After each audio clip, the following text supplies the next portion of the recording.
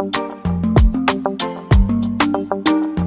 there, welcome back to my channel. Welcome to the garden. YAJE here, and in today's video I just wanted to take a few moments to reflect on gardening in 2021, to share with you some of the highs, some of the lows, the challenges, the lessons learned, etc., as we close out 2021. If you're new to this channel, hello and welcome. Thank you for clicking to watch. And members of the tribe, hello. Thank you for tuning in. I do appreciate all of your encouragement and all of your support. What I do is cultivate African vegetables out here in my Zone 9A garden. So it's a Diaspora African garden. I do share what I know, share what I do here, and the hope is to inspire, to motivate you to grow a garden of your own, to expose these African vegetables to many more people. A lot of people don't know about some of these important vegetables that we have, like the bitter leaves behind me, the sweet bitter leaves, the green, the jama, the Ugoo, and so on and so forth. And my mission is to make these vegetables known to the world, to grow them in the backyard, to show you that it is possible, and to help you do it. So if you're new here, I hope you consider subscribing. This year in 2021, I gave my garden a facelift. I redesigned my garden. What I did was build my raised beds with cinder blocks. So I built 3. So there's one over here, this one, and this one. 3 raised beds, and then this one along the fence, all with cinder blocks. So the cinder blocks are better because they last forever, basically. They last forever. So this one right here is, I believe, about 2 foot by, I don't know how many, but it's along the fence. And then these ones over here are about 4 feet this way by maybe 8. And then there is 2 feet in between. So 2 feet, about 2 feet in between the rows, so I can easily walk. The second thing that I would like to talk about that happened this year, which I think is major for gardening in Zone 9A, is that we experience an epic freeze. I've been in Houston maybe 23 years, seen snow a couple of times, but nothing as bad as what we experienced around February this year. When we were done with that epic freeze, there was not a single green thing left in this garden. In fact, I thought I had lost all of the bitter leaves that you see here, but magically they came back after it warmed up. So that epic freeze was a major moment this year. If you are a gardener in Zone 9A, let me know how that impacted you. This year, I dabbled with fruits. This garden is about tropical African vegetables, but this year I decided to try out some fruits, tropical fruits, of course. So I started pawpaw. We call it pawpaw. Some people know it as papaya. I started them from seeds this year. I'm still keeping my fingers crossed, hoping I harvest at least one pawpaw fruit before this winter really gets here and kills everything. Fingers crossed. So yeah, I did pawpaw, and I also did guava from seeds. I bought the fruit from the store, ate the fruit, saved the seeds, planted the seeds, and now I have guava trees yay high. Okay, so yeah, that's interesting. It's something that I'm still following up on to see. Again, if you're in Zone 9A or if you're growing some tropical fruits, let me know how they're doing outside of the tropics. And oh, I also have soursop. Here is my lone soursop tree. I have it growing in a container here. And this year I basically became an Ugoo farmer or Ugoo researcher. This year I became an Ugoo researcher. I tried and failed so many times, and this is what I have to show for.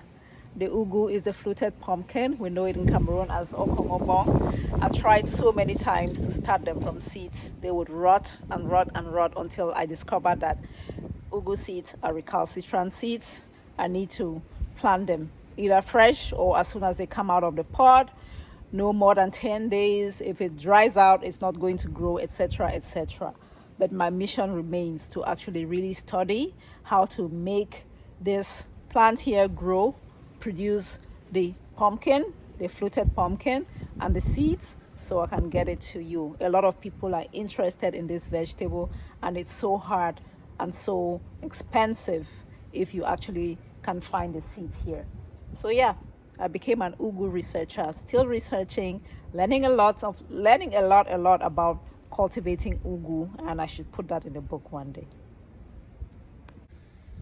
One of the things that I did this year was I tried my hand at nursing a lot of seeds.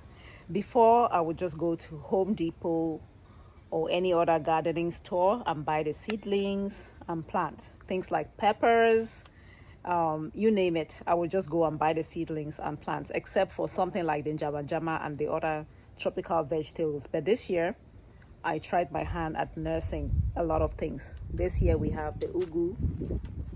So I bought this. This is where I would start the seeds. I started bitter leaves from seeds. I started a whole lot of peppers from seeds. All of the fruit trees I mentioned, I started from seeds. And next year, I'm hoping to do more of that nursery work. I really liked it because I could get a lot of plants and seeds to beginner gardeners. Earlier this year, on one of my walks, I was reflecting, setting intentions, and I said to myself, I wanted to become the biggest bitter leaves farmer in America. I didn't even know what I was talking about, but I made that intention known. I even called my brother and I told him that I wanted to become the biggest bitter leaves farmer in America. And would you know, I think I actually did. I'm still working on that dream. I actually did, because for the first time ever, I nursed bitter leaf seeds. So I didn't even know that you could start bitter leaves from seeds, or I didn't believe that that was actually possible because it had never happened before. But I took these things that looked like feathers. I'll show you. So bitter leaf seeds, they look like that. I took them, put them in a container, and boom, every single seed that was in there germinated. Now I was left with all of these seedlings, and you would know if you're a farmer, if you've been bitten by this farming bug, this gardening thing, that it's just very hard to just throw away your seedlings like that. So now I was stuck with all of these bitter leaves, didn't know what to do with them. I started to up-pot. I removed them from there, put them in little containers, in bigger containers, but still I didn't know where to put my bitter leaves. So I ended up having them all over the place. At one point, I was looking for any land, any space to put my bitter leaves. I bought a bunch of grow bags. I planted the bitter leaves in grow bags. Every space I could find, bitter leaves all over the place. Oh, something happened this year.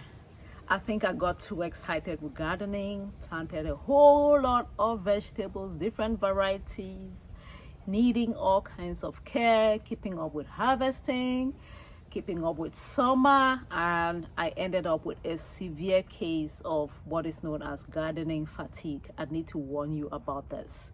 Gardening fatigue is a thing. So at one point, you just don't want to have anything to do with the garden. So if you are into gardening, pace yourself and expect this to happen. It doesn't mean that you hate gardening or that you're done with gardening. If you find that you're losing interest in the gardening, just kick back a little. It's okay. The passion will come back. What we have here is jama. This is Solanum scabrum, a member of the nightshade. Again, as I said before, this is a very important vegetable for people from my neck of the woods, where I come from originally. And this year, I wanted to have a huge harvest of the Jama Jama. So one of the ways to ensure that that would happen, since my space here is very small, is to see if I could cultivate it twice. So I set out to experiment with cultivating this in the fall and then documenting the journey. Today is December the 22nd, and look at what I have here. So I think my experiment was successful. Now I know that if you have a garden in zone 9A and you want to really cultivate this vegetable, you can do it twice. So you start in the spring, right in the when there's spring break. That would be the perfect time to throw the seeds. That week of spring break, you will have a harvest. And if you experience that gardening fatigue I just talked about in the summer, they're going to, bolt, and the life cycle is going to come to an end. But if you keep watering, they might survive the summer, I don't know. But then you can plant a second set of seeds in September, right in the middle of September, that third week of September, and then you will have a whole lot of vegetables to harvest again. So yeah, that was major this year. You can grow Jama Jama twice. Again, drop a comment and let me know if you're familiar with this vegetable at all, and your experience cultivating it in the diaspora. And I can't go without mentioning the amazing people I have had to meet because of gardening this 2021. I have met a whole lot of you. Thank you, all of you who reach out to me regularly to encourage me to keep doing this, that this is my work. I hear you, I see you. God bless you. God bless us all. Thank you for sharing pictures of your garden, pictures of the vegetables, for letting me know that the work that I do here matters. If it impacts just one person, it makes me so happy, and I will keep doing it. Because of the gardening that I did this year, I got to meet a lot of YouTubers who are also gardeners. I didn't even know that there was a gardening community out there like that. Earlier this year, I ran across a neighbor who is a big time gardening YouTuber. You may know him as Scott Head, Black Gumbo Southern Garden. He lives just a couple of houses down the street from me. I met him earlier this year, and I'll say my YouTube channel, my work with growing these vegetables back here changed a lot because I met Scott. So thank you, Scott. Thank you for all the shout outs. Thank you for teaching us how to cultivate vegetables. I take the knowledge that I learned from you and I transfer it over here, apply it to growing African vegetables because of what I do. Because of Scott, he mentioned David the Good on his channel. I checked him out. I'm subscribed to David the Good now, and I bought the book Pushing the Zone. And because of Scott Head, he mentioned Supper of the Lamb. I am big on reading, studying. I learn by understanding, and so that's why I share a lot of information on this channel. Anyway, Scott mentioned this book in one of his videos. I bought it as well. Other YouTubers that I met this year virtually or that have impacted me, and I try to implement a lot of the things that they teach. I just take that knowledge, try to see how I can apply it to my situation. Gary Palachek, he wrote this book. So whenever I follow somebody, if they put out a product, I am going to buy it. My way of supporting and my way of learning more from them. This is another big YouTuber gardener, Richard Hughes. I think he's in the UK. Bought his book as well. Neighbor Scott, I'm waiting for your own book. You should put out a book out there to teach us how to grow a garden down here in Zone 9A. I'll be interested in getting that kind of book. Yeah, so just wanted to reflect on 2021.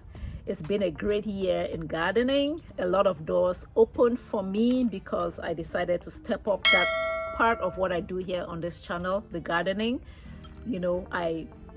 A lot of people reaching out to me, just really telling me that maybe this is my work. This is what I was meant to do. I don't know. But I enjoy doing it. I have enjoyed doing it. I've enjoyed meeting you.